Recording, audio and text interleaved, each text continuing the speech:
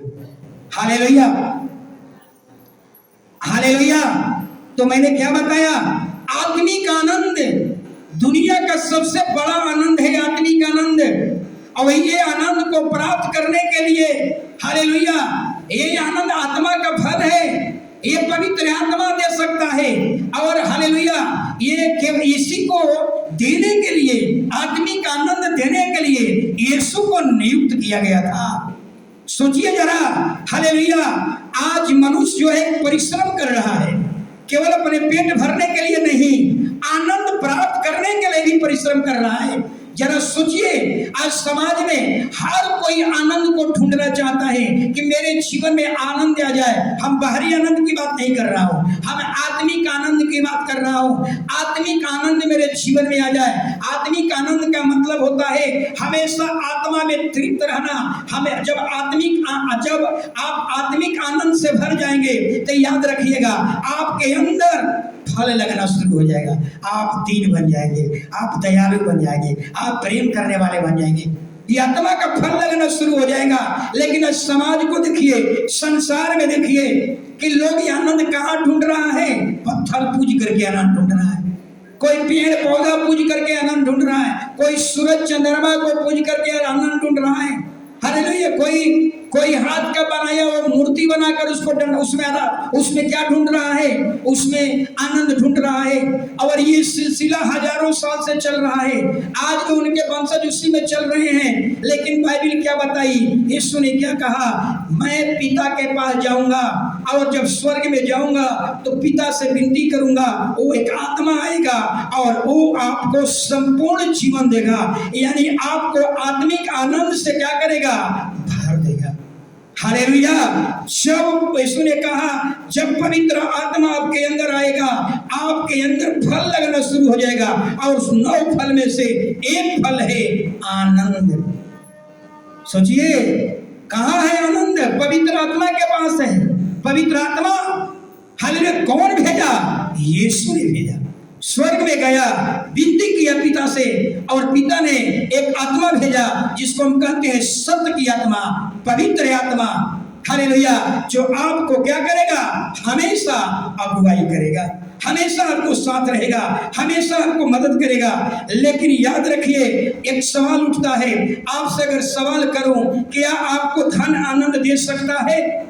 एक कंगाल व्यक्ति से पूछिए, एक बिल्कुल कंगाल है, बिल्कुल गरीब है, उसके पास कुछ भी नहीं है, उससे पूछिए कि आपको क्या चीज मैं दूं कि तू आनंद से भर जाओगे? वो कहेगा कि 1 लाख रुपया दे दीजिएगा, अपने जिंदगी का सबसे बड़ा खुशी को प्राप्त कर लेंगे। कंगाल यही कहेगा। क्या आपको लगता है कि 1 लाख रुपया हम दे देंगे तो खुश हो जाएगा? नहीं, मैं फिर समझा रहा हूं, कोई फिजिकली चीज आपको आत्मिक आनंद नहीं दे सकती। जब तक रुपया पैसा रहेगा खुश रहेगा, पैसा खत्म आनंद खत्म। अगर कोई अंधा से हम कहें कि बोलो तुम्हें कुछ देना चाहता हूं, क्या मैं दूं कि तुम खुश हो जाओ? तो कहेगा कि हमें आंख मिल जाए। हरे लंगड़ा से कहिए, वो कहेगा हमें पाँव मिल जाए। हालेलुया। और एक बांझ महिला से कहिए, मैं आपको कुछ देना चाहता हूं, अब क्या लेंगे तो खुश हो जाइएगा? वो कहेंगे कि मुझे एक पुत्र चाहिए। हालेलुया। लेकिन याद रखिएगा, हालेलुया, बाइबल क्या बताती है? धन संपत्ति सुखों का स्रोत नहीं है। हालेलुया। आपका जीवन का आनंद धन संपत्ति में नहीं है। धन संपत्ति आपको बिस्तर दे सकता है लेकिन नींद नहीं दे सकता। धन संपत्ति आपको दवाई दे सकता है लेकिन दवाई गारंटी नहीं देता कि आप ठीक हो जाएंगे। धन संपत्ति से आप अच्छे अच्छे वस्त्र पहन सकते हैं, लेकिन यह कोई जरूरी नहीं है कि अच्छा वस्त्र पहन लेने से आप अच्छे लगेंगे। हालेलुया। याद रखिए, हालेलुया, धन संपत्ति सुखों का स्रोत नहीं है। हालेलुया। एक वचन को पढ़ेंगे, हालेलुया, यशाया 61 अध्याय 3 वचन, कोई पढ़िए। और सिय्योन के विलाप करने वाले के सिर पर हाँ, की राख दूर करके हाँ, उत्तम पगड़ी बांध हाँ कि उनका विलाप दूर करके हाँ हर्ष का तेल लगाओ हाँ और उनकी उदासी हटाकर हाँ। यश का ओढ़ना ओढ़ाओ। बस देख लीजिए हमारा परमेश्वर यशायाह के द्वारा क्या कह रहा है। कहता है कि तेरे सर पर हालेलुया दुखों का बादल, तेरे सर पर जो राख आया है, हालेलुया विलाप का राख। परमेश्वर कहता है हालेलुया दुखों का बादल, हालेलुया मुसीबतों का बादल तेरे सर पर है। परमेश्वर कहता है कि मैं चाहता हूं कि तेरे दुखों का बादल, तेरे दुखों का जो राख तेरे सिर पर है, क्या है वो? चिंता है, तनाव है, हालेलुया मुसीबत है, परेशानी है, कर्ज है, महाजन है, ये सब जो मेरे ऊपर माथा पर पड़ा हुआ है, कहता है कि मैं चाहता हूं इसको दूर करके और तुम्हें आनंद का तेल से अभिषेक कर दूं। सोचिए ऐसा हमारा परमेश्वर सोच रहा है। ऐसी कोई बात नहीं, अभी तक इस तरह का बात करने वाला कोई नहीं है। हमारा परमेश्वर इसीलिए भेजा गया पृथ्वी पर, हालेलुया, कि जो लोग खेदित हैं, जो लोग दुखित हैं, जो लोग चिंता में हैं, जो लोग मुसीबत में हैं, उनको इस दुख को दूर कर करके आनंद का तेल से अभिषेक कर दूं। यही कारण है कि जो भी प्रभु के पास आया कभी निराश नहीं हुआ। जो कुछ मांगा परमेश्वर ने उसे मुंह मांगा चीज दिया। एक बार भी यीशु कह देता ये काम हमसे नहीं होता, हम सवाल उठा देते आपसे ऊपर कोई और शक्ति है, लेकिन यीशु ने एक बार भी नहीं कहा। हालेलुया। तो जरा सोचिए, हालेलुया, यानी कहने का मतलब प्रभु के पास जो भी गया कभी निराश नहीं हुआ। निराश वही हो सकते हैं जो प्रभु के वचन सुनते हैं लेकिन चलते नहीं है। बाइबल में एक व्यक्ति, एक महिला है हन्ना। हन्ना के बारे में सब जानते हैं। हन्ना की सौतन थी। हन्ना और पनीना दो सौतन थी। गोतनी बोलते हैं हम लोग, है ना? सौतन, दो सौतन थी। हालेलुया। सौतन, अब समझ रहे होंगे सौतन। हालेलुया। जब एक महिला से बच्चा नहीं होता है तो दूसरा शादी कर लिया जाता है। राजा लोग करते थे, वो सौतन बन करके आती है। पनीना और हन्ना दो सौतन है। पनीना का तो पुत्र था लेकिन हन्ना का कोई वंश नहीं था। हन्ना बहुत दुख में थी, याद रखिएगा। हालेलुया। और हन्ना का हृदय टूटा हुआ था। हन्ना अशांत में रहती थी। एक बांझ महिला से पूछ लीजिए, एक बांझ महिला ही दर्द और पीड़ा को समझ सकती है। समाज में उसका कोई आदर नहीं मिलता। एक बांझ महिला का, बांझ महिला, विधवा महिला, समाज में इसको लोग क्या समझते हैं? अशुभ माना जाता है। पता नहीं यहाँ, पता नहीं, लेकिन हमारे यहाँ आपकी बहू आ रही है घर में, विधवा को, बांझ महिला को चेता दिया जाता है आप घर से बाहर नहीं निकलना जब तक मेरे बहू घर में ना आ जाए। सोचिए एक बांझ महिला कितना, जब उनकी सौतन उसको चिढ़ाती थी, कहती थी तू कभी मां नहीं बन सकती, तू कभी मां नहीं कहलाएगी। हन्ना बहुत टूटती थी। हन्ना का हृदय टूट जाता था। हन्ना शांत हो गई थी और उसके जीवन से आनंद खत्म हो गया था।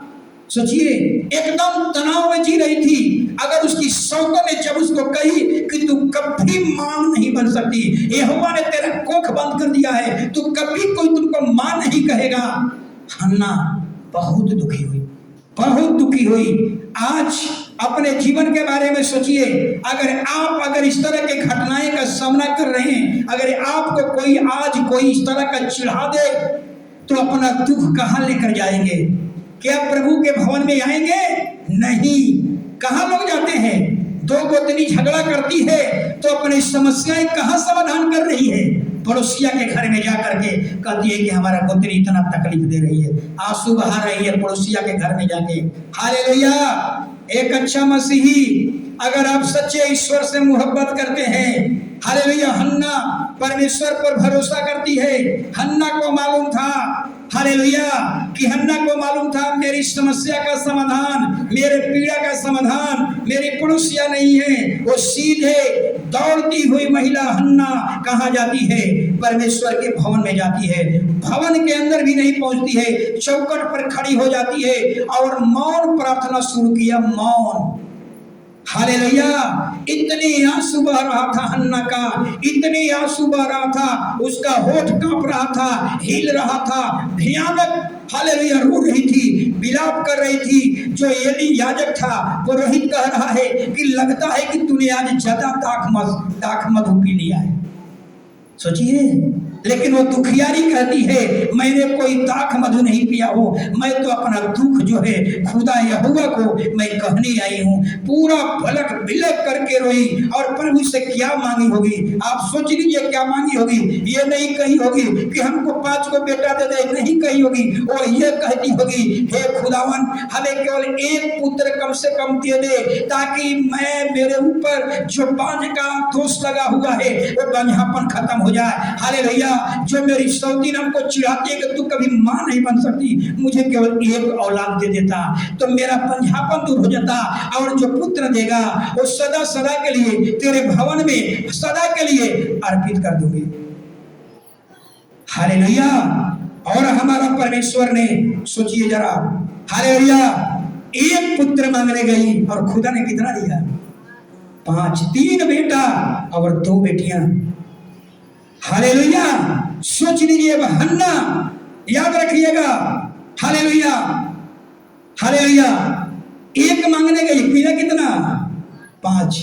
हम लोग गीत गाते हैं, मांगने से ज्यादा मिला तो मैं धन्य कहूँ तुझ, कैसे गीत गाते हैं ना। सोचिए, मांगने से ज्यादा मिला, मैंने एक मांगा और तूने कितना दिया? 5। ये है परमेश्वर। हालेलुया। और हन्ना, याद रखिए, अपना बेटा के कारण आनंदित नहीं है। बहुत से लोग आपके जीवन में खुशियां आ गई, खुशियों से हम आनंदित हो गए। आपने प्रभु से कहा प्रभु मैं दुकान खोलना चाहता हूं, दुकान खुला दे, दुकान खुल गया, आप दुकान के कारण आनंदित है। प्रभु हमें कोई वृक्ष लगा रहे हैं, इसमें फल दे दे, फल लगने लगा, आप फल के कारण खुशी है। ये बहुत एक चीज है, ये वस्तु है, इससे आनंदित मत होइए। हन्ना के गीत पढ़िए, 1 शमूएल 2 अध्याय निकालिए। हन्ना अपना बेटा के कारण खुश नहीं है। हालेलुया। जो तूने दिया इसके कारण मैं खुश नहीं हूं। हन्ना क्या कर रही है सुनिए, 1 शमूएल 2 अध्याय 1 वचन। तब हन्ना ने प्रार्थना करके कहा, हाँ, मेरा मन यहोवा के देख रहे ना, मेरा मन यहोवा के कारण आनंद मगन है, मेरा सींग यहोवा के कारण ऊंचा हुआ है, मेरा मुंह मेरे शत्रु के विरोध खुल गया है, क्योंकि मैं तेरे किए हुए उद्धार से आनंदित हूँ। यानी हन्ना को कहने का मतलब, हन्ना कह रही है कि हम अपने परमेश्वर के कारण आनंदित हैं, अपने बेटा के कारण आनंदित नहीं हो। क्योंकि हन्ना को मालूम था अगर खुदा है तो मेरा बेटा है, अगर खुदा है तो मैं हूँ, खुदा है तो मेरे सब कुछ है, अगर खुदा मेरे जीवन में नहीं है तो सूखे हुए बांझ, सूखे हुए लकड़ी के हम समान। सोचिए, हालेलुया। याद रखिए, कभी भी गलतियां मत करिए। हन्ना दिखा दिया कि मैं अपने बेटा के कारण आनंद नहीं हूँ, क्योंकि हन्ना को मालूम था अगर अपने बच्चे के कारण खुश रहूंगा, एक दिन बच्चा हमसे अलग हो जाएगा, फिर दुख आ जाएगा। लेकिन जो व्यक्ति परमेश्वर के कारण आनंदित होगा वो कभी दुखी नहीं हो सकता, हमेशा आनंदित रहेगा। इसलिए हन्ना ने मोहमंगा चीज तो पाया, लेकिन कहती क्या है, मैं अपने बेटा के कारण नहीं, मैं अपने यहोवा के कारण खुश हूँ, क्योंकि उन्होंने मेरा मुंह खोल दिया है शत्रु के विरोध में बोलने के लिए।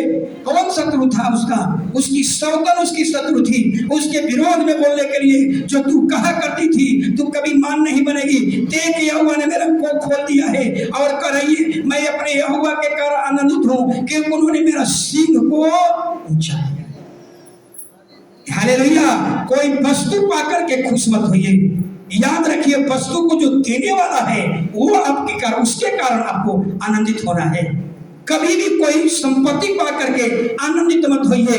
हालेलुया। यही गलती किया था ये बाइबल में 3 लोगों ने गलती किया था। हालेलुया। याद रखिए, पहला गलती कौन किया था? अब्राहम ने गलती किया था। अब्राहम की जब उम्र 100 साल की हुई, उनके पत्नी का उम्र 90 साल का हुई, खुदा परमेश्वर ने उसको क्या किया? 100 साल की उम्र में बेटा दिया। और अब्राहम ने गलती क्या किया? अब्राहम ने गलती कर दिया, भयानक गलती। हालेलुया। शायद ये गलती आपसे भी हो सकती है। अगर आपके घर में कोई चिराग नहीं है, कोई बच्चा नहीं है, 100 साल तक आपके घर में कोई बच्चा का रोवाई नहीं सुनाई पड़ा हो, अगर 100 साल की उम्र में आपके घर में एक बच्चा पैदा हो जाए, हालेलुया, क्या करेंगे? रात दिन बेटा बेटा बेटा बेटा। भूल गए बेटा को देने वाले को, क्या कर गए? भूल गए। अब्राहम, हालेलुया, परमेश्वर से उसका क्या हो गया? मोहब्बत कमजोर हो गया, अपना बेटा के मोहब्बत में फंस गया। परिणाम क्या हुआ? परमेश्वर ने भयानक मुसीबत में डाल दिया अब्राहम को। हालेलुया, याद रखिए, हालेलुया, खुदा ही सारे सुखों का स्रोत है। आपके आनंद का स्रोत आपका बेटा नहीं है। आपके जीवन का आनंद आपका बिजनेस नहीं है। आपके जीवन का आनंद आपके पत्नी नहीं है। आपके जीवन का आनंद आपका बेटा बेटी नहीं है। आपके जीवन का आनंद अगर है तो केवल हमारा परमेश्वर है। अगर आप सोचते हो कि मेरा बेटा मेरे जीवन का आनंद है, अगर कहीं बेटा आप खो देंगे तो क्या होगा? फिर वही आनंद खत्म हो जाएगी। लेकिन परमेश्वर को अपने जीवन का आधार बना लिए, परमेश्वर आपके जीवन का आनंद है, वो कभी खो नहीं सकते। हालेलुया। अब्राहम ने गलती कर दिया। अब्राहम ने अपने बेटा को रात दिन बेटा बेटा परमेश्वर के मोहब्बत को तोड़ दिया, और परिणाम क्या हुआ? परमेश्वर ने अब्राहम से कहा, अब्राहम, जिस बेटे से तू मोहब्बत करता है, बहुत काफी, उस बेटा को ले जा, मोरिया देश में ले जा, एक पर्वत दिखाऊंगा, उस पर्वत पर ले जा करके अपने बेटा को वध कर दे। सोचिए परिणाम, कितने बड़ी विपत्ति आ गई। ये विपत्ति आई क्यों? कि आपने, खुदा ने आपके जीवन में खुशियां दिया, खुदा को ही क्या किया? छोड़ दिया। खुदा ने आपको खुशी दिया, खुदा ने आपके जीवन में आनंद दिया, और उस खुदा को ही छोड़ दिया और बेटा को अपने जीवन का आनंद बना लिया। ये वही घटना है जब इजरायली लोग, याद होगा आपको, इजरायली लोग परमेश्वर के विरोध में बोल रहे थे, परमेश्वर के विरोध में बोल रहे थे, कुड़कुड़ा रहे थे, परमेश्वर के विरोध में कुड़कुड़ाने लगे। तो परमेश्वर ने क्या किया? एक सांप भेज दिया इजरायलियों के बीच में। इजरायलियों को सांप डसना शुरू कर दिया, इजरायली लोग मरने लगे। इजरायली लोग मूसा के पास गए, मूसा जल्दी बचाओ, हम लोगों को सांप डस रहा है। मूसा ने परमेश्वर से कहा, हे परमेश्वर, इजराइल पर दया कर दे। परमेश्वर ने कहा, एक पीतल का सांप ले ले, और पीतल का सांप लेकर के ऊंचे स्थान पर टांग दे। जितने लोग सांप को देखेगा सब बच जाएगा, जितने सांप को देखेगा सब बच जाएगा। बस जितने इजरायली सांप को देखा सब बचते चला गया। इजरायलियों के दिमाग में ये बात में आ गई समझ में कि हमको यहोवा ने नहीं बचाया, हमको कौन बचाया? सांप ने बचाया। सारे इजरायलियों के दिमाग में आ गई, ये सांप को हमने देखा और हम बच गए, हमारे सांप ने हमें क्या किया? बचा लिया। इसलिए पूरे इजराइल के घर में पीतल का सांप, सब लोग सांप बना करके शुरू हो गया। दिमाग में ये आ गया। अब्राहम को भी दिमाग में यही बात आ गई, हालेलुया, मेरा खुशी मेरा बेटा है। नहीं भैया, समझो, हालेलुया, तेरा खुशी तेरा बेटा नहीं है। एक दिन बेटा तुमसे दूर हो जाएगा, फिर तो वही निराशा में चला जाएगा। अब्राहम ने बड़ा गलती कर दिया। अब्राहम परमेश्वर के प्रेम को तोड़ दिया और अपना बेटा से प्रेम में लग गया। परमेश्वर उसके सामने विपत्ति रख दिया। कहा, अब्राहम, अपना बेटा को ले जा, मोरिया देश में पर्वत दिखाऊंगा, बेटा को मेरे नाम पर बलि कर दे। बताइए, लेकिन अब्राहम यहाँ ये देखते हैं, अब्राहम यहाँ अक्ल परमेश्वर ने उसे दिया, और तुरंत बिना विलंब के अब्राहम अपने बेटा को लेकर के चल दिया। बेटा को लेकर के चल दिया। बेटा पूछ भी रहा था कि पापा, बलिदान के लिए कोई जानवर नहीं? बेटा, पापा, बलिदान करने के लिए कोई जानवर नहीं। अब्राहम कहता है कि परमेश्वर पर्वत पर व्यवस्था करेगा। हालेलुया। और पर्वत पर लेकर के गया और उसके हाथ को बांध दिया और सुता दिया, चाकू निकाला और जो ही मारने को किया, परमेश्वर ने कहा, अब्राहम, अपने बेटा को वध मत कर। मैंने देख लिया कि तू अब जो है अपने मेरे लिए अपने बेटा को वध करने के लिए तैयार हो गया। यानी तू अपने बेटा से ज्यादा हमसे प्रेम कर रहा है। हालेलुया। सोचिए, ये घटना सोच लीजिए। हालेलुया। अब अब्राहम को समझ में आ गया ये विपत्ति क्यों आई थी। हमने खुदा से प्रेम को तोड़कर अपने बेटा से ज्यादा मोहब्बत की। हालेलुया। अब अब्राहम गलती नहीं करेगा। हालेलुया। दूसरा दंड मिला था, याद रखिएगा। दाऊद एक समय था, दाऊद पूरे जब गोलियत को मार करके आया था। हालेलुया। शाऊल उस समय राजा था। शाऊल ने कहा मेरा तलवार ले ले, मेरा भाला ले ले और जाकर गोलियत से युद्ध कर। गोलियत तो बचपन से जोधा है, लेकिन अब्राहम दाऊद कहता है नहीं। हालेलुया। तलवार और भाला से युद्ध नहीं जीता जाता। हालेलुया। युद्ध सेनाओं के यहोवा की ताकत से जीती जाती है। और दाऊद हालेलुया एक गोफन लिया। गोफन मतलब क्या बोलते हैं? गुलेल लेकर के गया और गुलेल के बल पर गोलियत को बंध करके आया और पूरे इजराइल में रटवा दिया। क्या रटवाया? युद्ध तलवार और भाला से नहीं जीता जाता, युद्ध यहोवा की ताकत से जीती जाती है। पूरे इजराइल को रटवा दिया। युद्ध तलवार भाला से नहीं, युद्ध यहोवा की ताकत से जीती जाती है। यहीं तक नहीं, दाऊद का इतना भरोसा था। दाऊद कहा करता है यहोवा मेरा बल है, यहोवा मेरी सामर्थ है, यहोवा मेरा ढाल है, यहोवा मेरे छिपने का जगह है। मेरा मनुष्य क्या बिगाड़ सकता है? लेकिन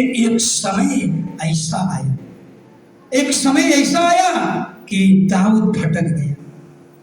दाऊद क्या हो गया? भटक गया। क्या करने लगा? कहा कि मेरी सेनाओं की गिनती करो। गिनती करने के लिए आदेश दे दिया। जनगणना करो हमारे देश का।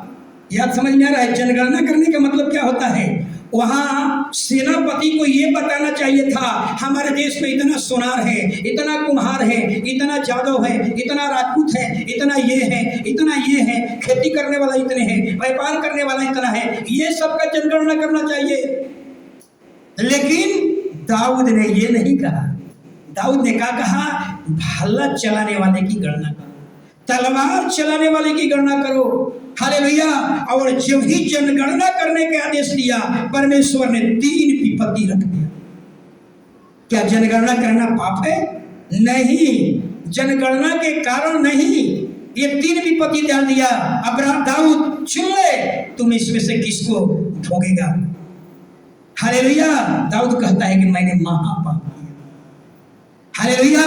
याद रखिए, जनगणना करना पाप नहीं था, लेकिन जो दाऊद जो आदेश दिया था, हालेलुया, जनगणना नहीं करा रहा था, ये जनगणना ये करवा रहा था हमारे देश की सैन्य शक्ति कितनी है, हमारा देश की सेना भाला चलाने वाले की ताकत कितनी है, तलवार चलाने वालों की संख्या कितनी है। और किसी का काउंटिंग नहीं किया था। काउंटिंग किसका किया था? तलवार चलाने वाले इजराइल में 8 लाख, भाला चलाने वाले इजराइल में 5 लाख। सोचिए, यानी दाऊद हालेलुया एक समय था जो कहा करता था परमेश्वर मेरा बल है, परमेश्वर मेरा ढाल है, परमेश्वर मेरा छिपने का जगह है। ये कहा करता था यहोवा हालेलुया। तलवार और भाला से युद्ध नहीं जीता जाता, युद्ध यहोवा की ताकत से जीता जाता है। लेकिन अभी दाऊद को क्या हो गया कि अभी वो परमेश्वर पर से उसका विचलित हो गया ध्यान, और क्या करने लगा? अपनी तलवार चलाने वाला और भाला चलाने वाले पर भरोसा रख दिया। और तब परमेश्वर ने 3 विपत्ति डाल दिया। चुन, ये विपत्ति क्यों आई? तूने मुझसे ज्यादा अपने सेनाओं पर क्या किया? भाला चलाने वाले पर, अपने योद्धाओं पर क्या किया? भरोसा किया। आपके भी जीवन में समस्या आ सकती है। आज कहते हो कि यहोवा मेरा सब कुछ है, आज मेरे घर में जो कुछ मिला है, मेरे घर में जो कुछ पाया हूँ, यहोवा की ताकत से हुआ है। एक समय आएगा जो कहेंगे नहीं, ये तो मेहनत करके प्राप्त किया हूँ, ये तो मेहनत करके प्राप्त किया हूँ, ये घर तो मेहनत करके बनाया हूँ। वो दिन आपके लिए विपत्ति का कारण होगा। हालेलुया। 3 विपत्ति। अब्राहम ने गलती किया, मुसीबत सामने आ गया। दाऊद ने गलती किया, 3 विपत्ति सामने रख दिया। चुन, तूने कहा। तब दाऊद ने कहा था मैंने महापाप नहीं, मैं तो महापाप कर दिया। मुझे तो जनगणना करना चाहिए सारी जातियों का। हम तो अपनी सेनाओं की ताकत की जनगणना करा रहे थे, तलवार वाला कितना है, भाला वाला कितना है। हालेलुया। एक और लूत की पत्नी हालेलुया। लूत की पत्नी को परमेश्वर का दूत ने कहा भाग जल्दी यहाँ से, पीछे पर मत करना। और उन्होंने क्या किया? अपने धन संपत्ति पर भरोसा किया। क्या हो गया? नमक का खाना। हालेलुया। जरा ध्यान सुनिएगा। Hallelujah, hallelujah. एक वचन और आगे, लूका सुसमाचार 1 अध्याय 47 वचन पढ़िए जल्दी।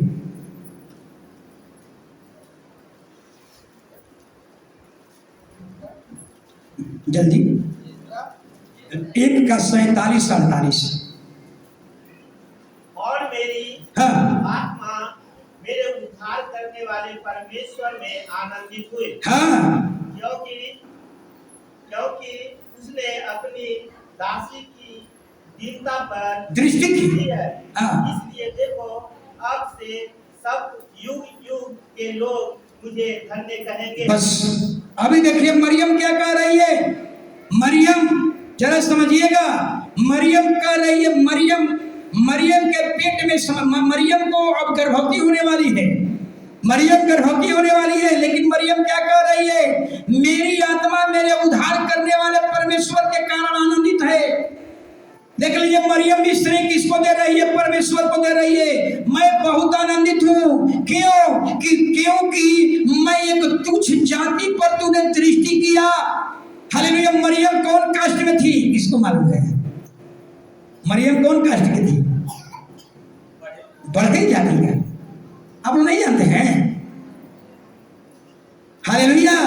मरियम कह रही कि मैं अपने खुदा के कारण आनंदित हूँ। हालेलुया।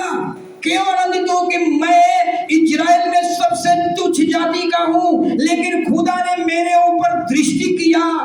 हालेलुया। और आने वाले पीढ़ी में लोग मुझे धन्य कहेंगे। हालेलुया। यानी मरियम सारा श्रेय किसको दे रही है? अपने परमेश्वर को दे रही है कि परमेश्वर तूने उद्धारकर्ता का मैं मां मुझे बनाया, इसके लिए मैं मगन हूँ, मैं आनंदित हूँ। अपने बारे में सोचिए। मरियम को कहने का मतलब था मेरे बगल में, मेरे इजराइल में और बहुत से महिलाएं थी, और अमीर महिलाएं थी, हमसे भी ऊपर वाले धनवान महिलाएं थी, लेकिन तूने उनको नहीं चुना, मुझको दृष्टि किया और मैं उद्धारकर्ता का मां बनने वाला हूँ। तूने मेरे ऊपर दृष्टि किया, तूने मुझको चुना, इसलिए कहती है कि मैं तेरे कारण आनंदित हूँ। अपने बारे में सोचिए जरा। हालेलुया। कि आप परमेश्वर के दृष्टि में कितने महान हैं। आपके और भाई लोग हैं, आपकी और पुत्री लोग हैं, लेकिन परमेश्वर ने आपके पुत्री को नहीं चुना, आपके भाई को नहीं चुना, केवल आपको चुन लिया। आपको भी कहना होगा, हे परमेश्वर मैं अब तेरे कारण आनंदित हूँ कि तूने मेरे घर में और लोग हैं और सदस्य हैं, लेकिन तूने उनको नहीं चुना, केवल मुझको चुन लिया, इसलिए मैं तेरे कारण आनंदित हूँ। हालेलुया। बहुत बड़ा सौभाग्य है। आपकी ताकत अभी पता नहीं चल रही है।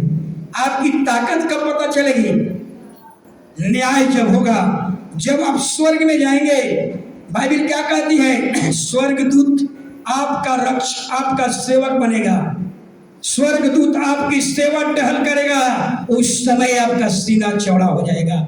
वाह, मेरी ये ताकत है, मेरा इतना हस्ती है, मेरा इतना रुतबा है। अभी नहीं, उस दिन पता चलेगा जब लाखों करोड़ों की संख्या में स्वर्गदूत आपका सेवा में लगा रहेगा। हालेलुया। तो मरियम क्या कर रही है? मैं झुक झुक के लोग मुझे धन्य कहेंगे कि तूने मुझ पर दृष्टि किया, मुझ पर एक छोटी जाति पर तूने मुझे क्या किया? चुन लिया। इसलिए मैं इसके कारण नहीं, मैं तेरे कारण आनंदित हूं कि तूने मुझे इस काम के लिए चुन लिया। हालेलुया। इसलिए हालेलुया याद रखिएगा, हालेलुया याद रखिए, कोई चीज के कारण आनंदित मत होइए, कोई वस्तु मिल जाए इसके कारण आनंदित मत होइए। हमेशा आपका आनंद का स्तंभ परमेश्वर होना चाहिए। हालेलुया। एक वचन को आप पढ़ेंगे तो खोजने में दिक्कत होगा। सभोपदेशक में 2 का 26 मैं पढ़कर सुना देता हूँ।